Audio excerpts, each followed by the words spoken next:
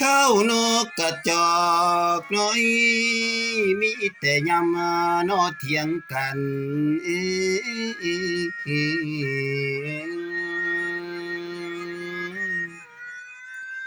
โอ้ยเมียบ่ฟังผัวจ่าเมียบ่ฟังผัวจ่าห้องใส่กันน้องเสียงหายเดยว่าจะไปเพียเจ้าพอดือสีเอ้ยเพิ่นหายจม โอ้ยวายนิท่าแม่วายนิท่าแม่อย่ามาสนแม่นอยู่นำเด้อสิหายจำหัวเมียวันทางสิไป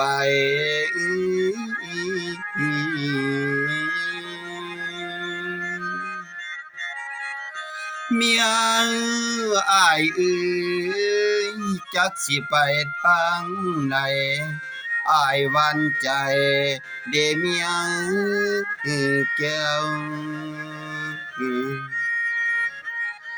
ข้าบเอาสองกุมมาร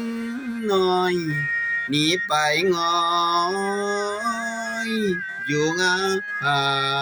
ภัย โอ้ยอาปากขึ้นกะบ่ได้ค่าหน่อยเม่นอ่อนเยาว์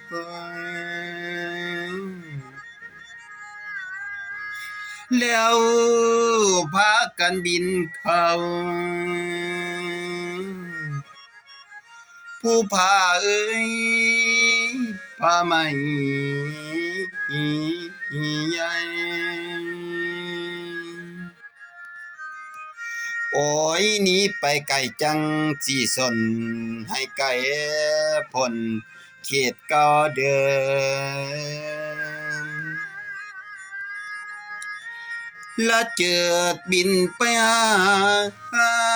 กันแนวสุนมาสงสารคันดวกอ่อน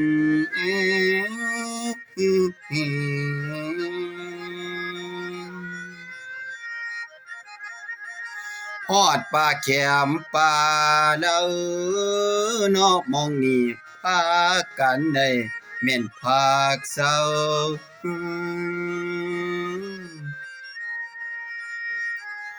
เท่ากากันเอาอย่างมาวงเขาเป็นเงินนังพอไหลอยู่